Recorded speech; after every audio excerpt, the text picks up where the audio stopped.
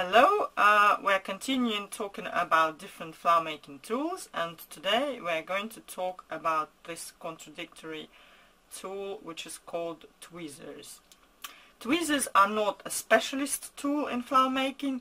You can pick up a pair of tweezers in your craft shop or hardware shop online, so any tweezers will work as long as they have straight tips and they connect very well, so you can actually grab quite a thin layer of fabric like organza and hold between the tips, and also they're flat inside. There aren't any lines or anything like that, because they will leave marks on your petals, unfortunately.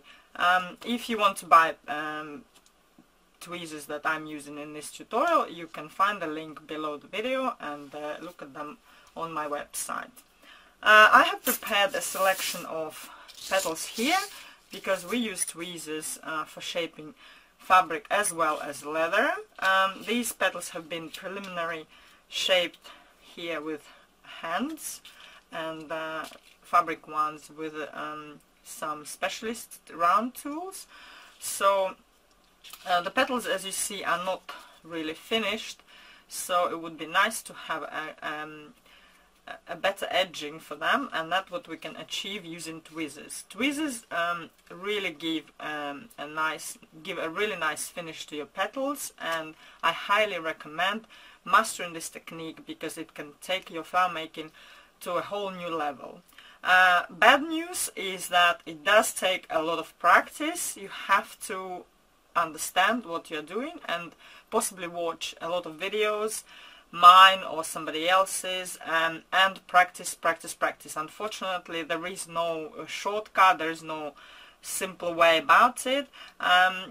You know, doesn't matter which tweezers you're going to be using, as long as you know what you're doing with them, any tweezers will virtually work. So please don't be disheartened, try and practice as much as you can, and finally master this technique, because it's used in possibly most roses as well as other flowers like peonies, poppies. We used it in an iris recently, so it's really useful, and you can shape some roses just using a pair of tweezers, so it's really handy.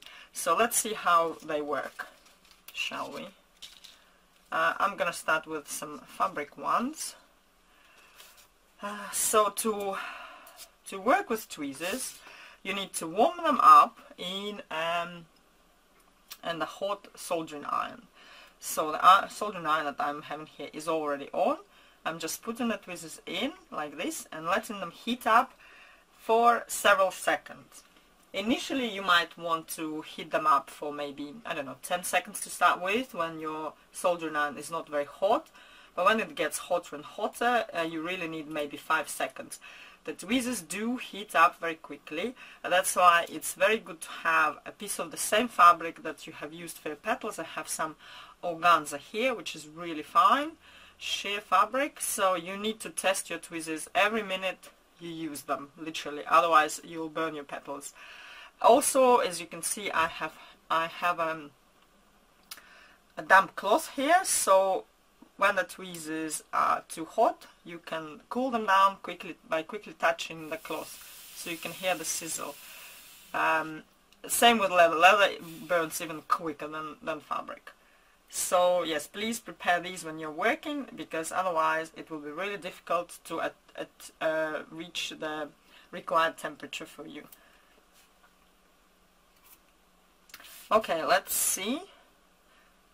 So it seems to be okay on my piece of spare fabric, and now I'm going to start shaping. So we usually shape from cheek to cheek, the upper part, not just the very top, and you should hold your fingers really close to the edge that you're shaping. So you see, it's only about a couple of millimeters that I'm holding. Don't be afraid to get burnt. I mean, be careful, but you have to hold your petal really close to the edge. There's no point holding it down here, because all of this is going to be wibbly wobbly. You won't be able to control it, you won't be able to shape it. Another tip is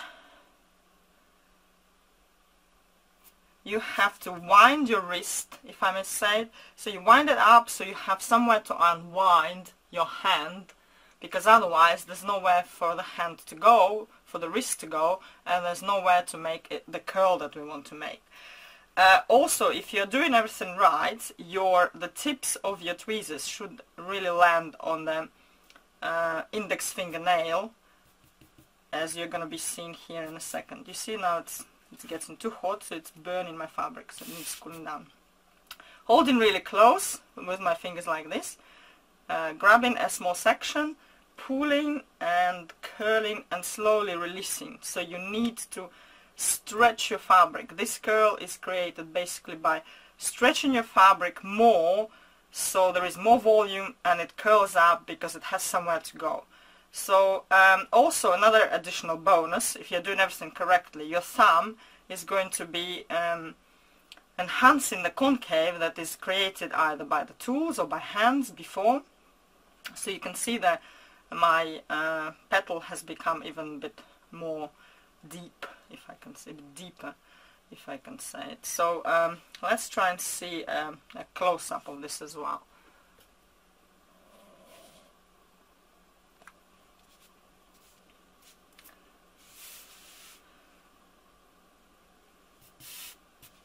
Okay, again, wind your wrist, take a small section very close to the edge, stretch it and pull it. I'm also turning my tweezers a little bit towards my chest so that the curl has actually remembered its shape, sort of,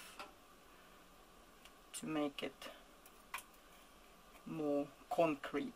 So you can see I'm going along the edge and shaping it. There are 3 petals in this pile, it makes it quicker. You can make 4, 2, depending on the thickness of the fabric. The thicker the fabric, the fewer the petals in your pile, obviously. Again, very close to the edge, holding my fingers like this, close to each other. A small section about 5 millimeters. Winding the fabric onto your tweezers and then twisting the tweezers like this and releasing slowly. Meanwhile, I'm stretching the fabric over the tweezer tips so you can see.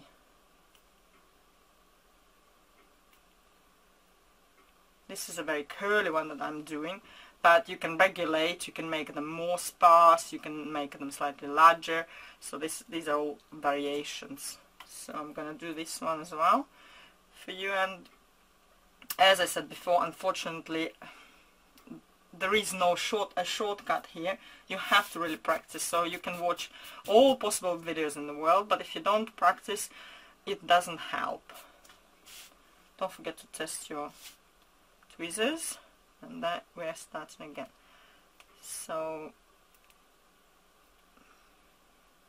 I'm going one by one, but then, as I said, you can make them a bit more sparse and maybe slightly bigger curls.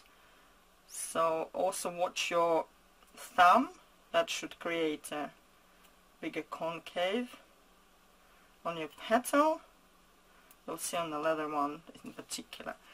So here you go, you have these 3 piles of petals. It helps to work in small piles because otherwise it's a lot of work to shape them. But nothing can really beat a nicely shaped edge on a petal. So please do practice. Now I'm going to show how to work with tweezers using on the leather petals. The technique is mainly the same. The leather is much thicker material, so you might want to adjust it slightly. You might need more energy. Don't be afraid to pull harder. You see it also gets scorched really quickly. So again, practice, and I worked with many different leathers. I think all of them stretch to some extent. Some might stretch more, some might stretch less, but you will be able to achieve a nice finish on your petals, whichever leather you use and whichever tweezers you use for that matter. So let's see. Okay, again, working from cheek to cheek of the petal, holding my fingers really close to the edge, pinching a section and pulling. Again, I'm trying to stretch my leather here as much as I can to create some curly edge. Might need to warm them up again.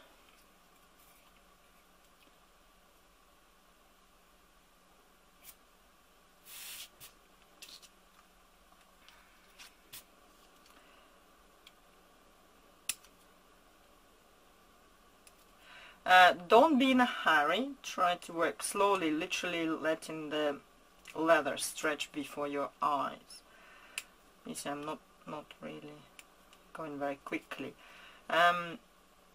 This petal is quite hard, so I might want to go another time around it to enhance some curls.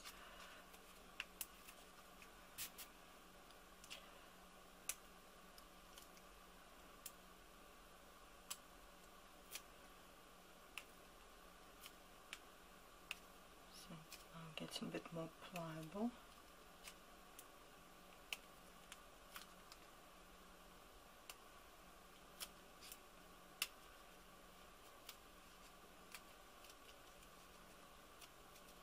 So here you go, there's a petal that we've got.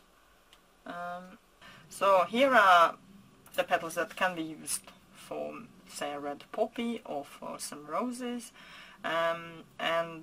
Again, you can vary the technique. Sometimes you can do like a bit of a stretch curled edge for some petals. These are a bit more curly for outer petals.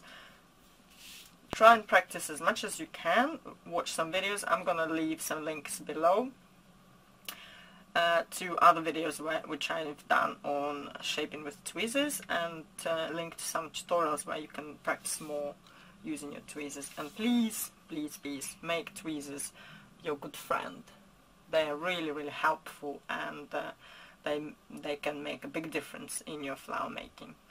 I hope you found this video useful. If you have any comments, please leave them below. And we see you next month with another video on flower shaping tools. Until now, bye bye.